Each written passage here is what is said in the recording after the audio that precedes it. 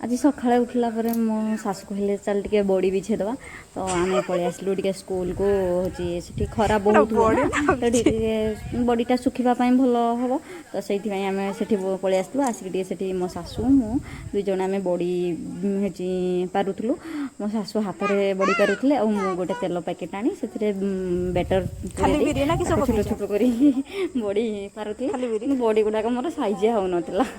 ତ ସେଥିପାଇଁ ମୋ ଭାଣିଜୀ ମୋତେ ବହୁତ ସାରା କମେଣ୍ଟ କରୁଥିଲା କ'ଣ କରିବି ଯେମିତି ଯାହା ହେଉଥିଲା ଦେଖିପାରୁଛ ତ କେମିତି ମୋର ବଡ଼ି ହେଉଛି କ'ଣ କରିପାରିବି ଯେ ତ ବଡ଼ି ପାରି ଆସେନି ଫିର୍ ମୁଁ ଟ୍ରାଏ କଲି ଆଉ ଟ୍ରାଏ କରିବାର କ'ଣ ଅଛି ସମସ୍ତେ ତ ଟ୍ରାଏ କରୁଛନ୍ତି ଖରାପ ହେଲେ ହିଁ ଭଲ ହେବ ତ ସେଇଥିରେ ମୁଁ ସେମିତିରେ ହିଁ ଟ୍ରାଏ କରିଦେଲି ତ ଯାହା ହେବ ଖାଇବା ତ ଆଉ କ'ଣ ତାପରେ ଘରକୁ ଆସିଲୁ ଘରକୁ ଆସିଲା ପରେ ମୋ ହଜବେଣ୍ଡ ହେଉଛି ସେ ବିରି ଥିଲା ତାକୁ ଟିକେ ହେଉଛି ବଡ଼ା କଲେ ବିରି ବଡ଼ା ତ ତାକୁ ଖାଇଲୁ ତାପରେ ଆମ ଘରୁ ଫୋନ୍ କରିଥିଲେ ସମସ୍ତଙ୍କୁ ମୁଁ ବହୁତ ମିସ୍ କରୁଥିଲି କାହିଁକିନା ମୋ ଦିଦିମାନେ ସବୁ ଗାଁକୁ ଆସିଛନ୍ତି କିନ୍ତୁ ମୁଁ ଗାଁକୁ ଯାଇପାରିନି ତ ତାଙ୍କ ସହିତ ସମସ୍ତଙ୍କ ସହିତ ମୋ ଦିଦି ଭାଇ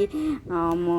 ସାନ ଭଉଣୀ ସମସ୍ତଙ୍କ ସହିତ ମୋ ଝିଆରୀ ପୁତୁରା ସମସ୍ତଙ୍କ ମୋ ବୋଉ ସମସ୍ତଙ୍କ ସହିତ ଟିକେ କଥା ହେଲି ମୋ ମାଇଣ୍ଡ ବି ଟିକେ ଫ୍ରେଶ୍ ହେଇଗଲା ମନ ଦୁଃଖ ହେଲା ଯେ ମୁଁ ଯାଇପାରିନି ଫିର୍ ବି ମୋ ମାଇଣ୍ଡ ଫ୍ରେଶ୍ ହେଇଗଲା ତ ଫ୍ରେଶ୍ ହେଇଗଲା ପରେ ତ ଭାବିଲି କ'ଣ କରିବି ଘରେ ବସି ବସି ବୋର୍ ହେଉଛି ତ ସ୍କୁଲ ଟିକେ ପଳେଇବି ସ୍କୁଲ ଟିକେ ପଳେଇ ଆସିଲି ବୁଲିବା ପାଇଁ ମୁଁ ମୋ ଛୁଆମାନଙ୍କୁ ନେଇକି ପଳେଇ ଆସିଲି ଟିକେ ସ୍କୁଲ ବୁଲିବା ପାଇଁ ଆସି ମୁଁ ସେଠି ବସିଥିଲି ତ ଦେଖିଲି ଯେ ମୋ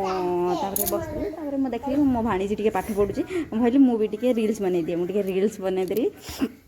ଆଉ କ'ଣ କରିବି ବସିକି ତ କିଛି ତ ଗୋଟେ କରିବି ଖାଲି ବସିଲେ ହେବ କି ମୁଁ ଦେଖିବା ତାହେଲେ ଟିକେ ରିଲ୍ସ ବନେଇଦେବା ଆଉ ତ ରିଲ୍ସ ବନେଇଦେଲି ରିଲ୍ସ ବନେଇ ସାରିଲା ପରେ ଦେଖିଲା ବେଳକୁ ସେଠି ମୋ